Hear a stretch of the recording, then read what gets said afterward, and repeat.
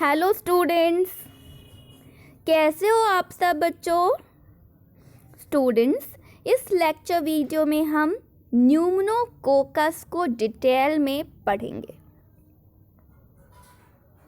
आइए तो हम हिस्ट्री पार्ट से शुरू करते हैं। सबसे पहले इनको डिस्कवर किया गया था लुई पाश्चर के द्वारा 1881 में, लेकिन न्यूमोकोकाई के अदर कॉजेज़ के होने के कन्फ्यूजन की वजह से जब तक ग्राम स्टेनिंग की डिस्कवरी नहीं हुई 1884 में इसको कंफर्म नहीं किया गया। अगर हम इंट्रोडक्शन से शुरू करें तो स्ट्रेप्टोकोकस न्यूमोनिए को न्यूमोकोकाई नाम से भी जाना जाता है और ये ग्राम पॉजिटिव बैक्टीरिया होते हैं एंड ये लैंसियोलेट शेप्ड डिप्लोकोकाई होते हैं एंड इनके पास स्पेसिफिक पॉलीसैकेराइड कैप्सूल्स प्रेजेंट होते हैं। इनका जो नॉर्मल इनहैबिटेंट होता है वो ह्यूमन का अपर रेस्पिरेटरी ट्रैक्ट होता है और ये हमें इन्फेक्शन कॉज करते हैं, डिसीजेस कॉज करते हैं लाइक न्यूमोनिया, मेनिंजाइटिस एक्सेट्रा। अगर हम मॉर्फोलॉजी की बात करें तो pneumococci typically small in size होते हैं, 1 माइक्रोमीटर इन साइज होते हैं ये एंड एलोंगेटेड कोकाई होते हैं ये, जिसकी एक एंड तो ब्रॉड होती है बट दूसरी एंड पॉइंटेड होती है जो कि लैंसियोलेट अपीयरेंस को प्रेजेंट करती है, जैसा कि आप इस स्लाइड में देख सकते हैं। एंड इनकी ईच पेयर इनक्लोज्ड होती है कैप्सूल्स में, ये कैप्सुलेटेड होते हैं, जैसे कि आपको इसमें कैप्सूल्स भी दिख रहा होगा। इनकी ईच पेयर कैप्सूल्स में इनक्लोज्ड है। ये non motile and non sporing होते हैं। ये देख सकते हैं इनकी ग्राम स्टेनिंग की माइक्रोस्कोपिक व्यू है और जैसा कि हम जानते हैं कि ये ग्राम पॉजिटिव बैक्टीरिया है, तो आप देख सकते हैं कि इसने ब्लू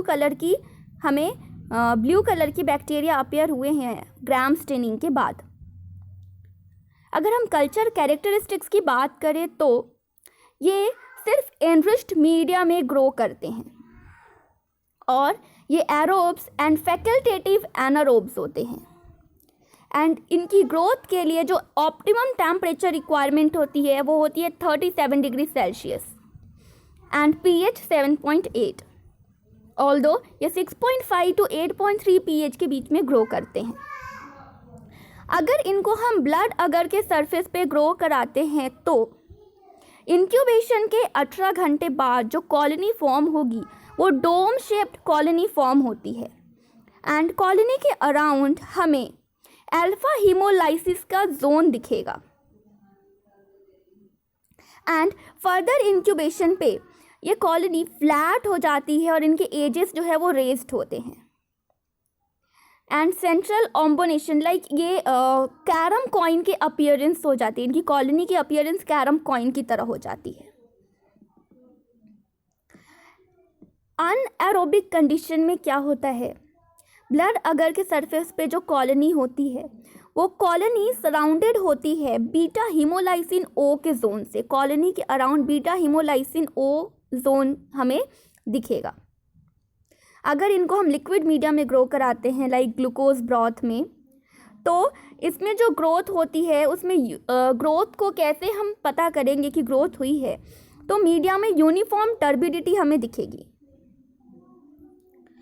जैसा कि आप देख सकते हैं इनको हमने ब्लड अगर के सरफेस पे ग्रो कराया है तो फर्स्ट इंक्यूबेशन के 18 आवर्स तक तो हमें जो कॉलोनी दिख रही है वो डोम शेप्ड की कॉलोनी दिख रही है, लेकिन फर्दर इंक्यूबेशन के बाद ये कॉलोनी जो है वो फ्लैट हो गई है और इनकी अपीयरेंस जो है वो कैरम कॉइन की तरह है। आप इस स्लाइड में इसको क्लियरली देख सकते हैं। अगर बायोकेमिकल रिएक्शन की बात करें तो streptococcus pneumoniae catalase and oxidase negative होते हैं। ये कैटालेज एंड ऑक्सीडेज नेगेटिव होते हैं एंड ये सेवरल शुगर्स को भी फर्मेंट करते हैं। रेसिस्टेंस की बात करें तो ये हीट से डिस्ट्रॉय हो जाते हैं और इनका जो थर्मल डेथ पॉइंट है वो 52 डिग्री सेल्सियस है। अगर हम 15 मिनट के लिए 52 डिग्री सेल्सियस टेम्परेचर पे इनको एक्सपोज करते हैं और देते हैं इतना टेम्परेचर 15 मिनट के लिए, तो ये किल हो जाते हैं और ये एंटीबायोटिक्स से भी डिस्ट्रॉय हो जाते हैं। एंड इस कल्चर को अगर हमने प्रोलॉन्ग्ड इंक्यूबेशन के लिए रख दिया या लंबे टाइम तक इंक्यूबेट कर दिया तो ये किल हो जाते हैं। टॉक्सिक पेरोक्सीडेजेस के एक्यूमुलेशन की वजह से ये किल हो जाते हैं और ये बहुत सारे एंटीबायोटिक के लिए सेंसिटिव होते हैं।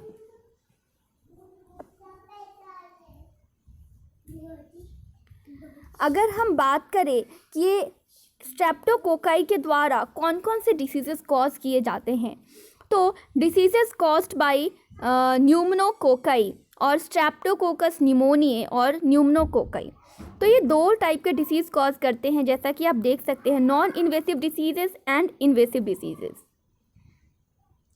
नॉन इन्वेसिव में हमें बहुत सारी डिसीजेस कॉज करते हैं, like otitis media in children, then pneumonia. And non invasive diseases में ये हमें pneumonia and otitis media cause कर रहे हैं। एंड इन्वेसिव डिसीजेस में हमें बैक्टीरिया कॉज करते हैं, लाइक मेनिंजाइटिस, एंडोकार्डियाइटिस एक्सेट्रा, ये कॉज करते हैं इन्फेक्शन। अगर हम न्यूमोनिया की बात करें, यानी कि हम पहले अगर नॉन इन्वेसिव डिसीजेस को डिस्कस करें, तो pneumonia non invasive diseases cause किए जाते हैं न्यूमोकोकाई के द्वारा। एंड स्ट्रेप्टोकोकस निमोनिए सबसे ज़्यादा कॉमन बैक्टीरिया है जो कि community acquired pneumonia CAP cause करता है।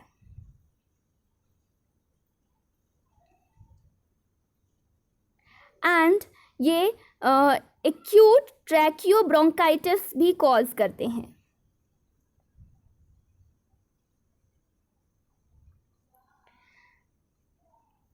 अगर हम बैक्टीरिया की बात करें, यानी कि इन्वेसिव इन्फेक्शन की बात करें, तो न्यूमोकोकल बैक्टीरिया हमारे ब्लड स्ट्रीम को इन्वेड कर सकते हैं और हमें बैक्टीरिया कॉज कर सकते हैं। साथ ही साथ ये हमारे ब्रेन टिश्यूज़ एंड फ्लूइड्स को भी इन्वेड कर सकते हैं और हमारे स्पाइनल कोड के टिश्यूज़ को भी इन्वेड कर सकते हैं और ये हमें मेनिंजाइटिस कॉज कर सकते हैं, जो कि बहुत फैटाल हो सकता है, जो कि बहुत लाइफ थ्रेटनिंग है। और न्यूमोकोकस बहुत ही कॉमन कॉज है ब्लड स्ट्रीम इन्फेक्शन कॉज करने का, और इसके जो सिम्टम्स होते हैं उसमें फीवर, चिल्स, लो अलर्टनेस, ये सारे सिम्टम्स होते हैं इनके ब्लड स्ट्रीम इन्फेक्शन के। अगर हम एपिडेमियोलॉजी की बात करें तो स्ट्रेप्टोकोकस न्यूमोनिए हमारे नेसोफेरिंग्स में कॉलोनाइज करते हैं और ये कंटामिनेटेड ड्रॉपलेट्स के द्वारा ट्रांसमिट हो जाते हैं। एंड क्राउडिंग इसको और फैसिलिटेट कर देती है। एंड ये टाइप 3 जो है इनमें वो ज़्यादा मोस्ट वायरलेंट होता है, टाइप 3। इंडिया में लोबर न्यूमोनिया जो है वो काफ़ी यूजुअल है स्पोरेडिक एपिडेमिक्स के लिए, और ये क्लोज्ड कम्युनिटीज़ में ज़्यादा होती हैं। एंड अगर हम लैब डायग्नोसिस की बात करें तो हम सैंपल कहाँ से ले सकते हैं, तो हम स्पूटम, ब्लड कल्चर के लिए हम ब्लड से, स्पूटम से, इन जगह से हम सैंपल ले सकते हैं। यहाँ से हम सैंपल ले सकते हैं। CSF और यूरिन को भी हम यूज़ करते हैं एंटीजन डिटेक्शन के लिए। देन हम माइक्रोस्कोपी करते हैं।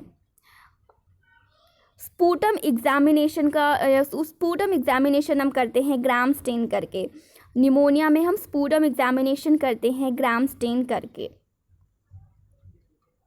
एंड कल्चर हम कैसे लगाते हैं, तो क्या करते हैं कि स्पूटम को हम ब्लड अगर के सरफेस पे इनोकुलेट करते हैं एंड देन उसको हम इंक्यूबेट करते हैं 37 डिग्री सेल्सियस टेम्परेचर पे 5 to 10% CO2 के प्रेजेंस में। एंड हम ग्लूकोज ब्रॉथ में भी ब्लड कल्चर करते हैं। अगर हम ट्रीटमेंट की बात करें तो antibiotic of choice is parenteral penicillin in severe case and amoxicillin in milder ones. Severe case में हम पेनिसिलिन और माइल्डर में एमॉक्सिलिन को हम सजेस्ट कर सकते हैं। एंड जो और हम देखते हैं कि कौन कौन से एंटीबायोटिक्स है जिनको हम सजेस्ट कर सकते हैं इस इन्फेक्शन के केस में। तो selection of appropriate antibiotics depends on diagnosis के आधार पे हम कौन से एप्रोप्रिएट एंटीबायोटिक सिलेक्ट कर सकते हैं इन इन्फेक्शन में। तो अगर ये ससेप्टेबल है तो हम पेनिसिलिन, एम्पिसिलिन एंड एमॉक्सिलिन को यूज़ कर सकते हैं। और अगर पेनिसिलिन रेसिस्टेंट है तो हम सेफेलोस्पोरिन्स को यूज़ कर सकते हैं, इस एंटीबायोटिक को रेकमेंड कर सकते हैं। स्टूडेंट्स, आई होप आपको समझ में आया होगा। Thank you so much.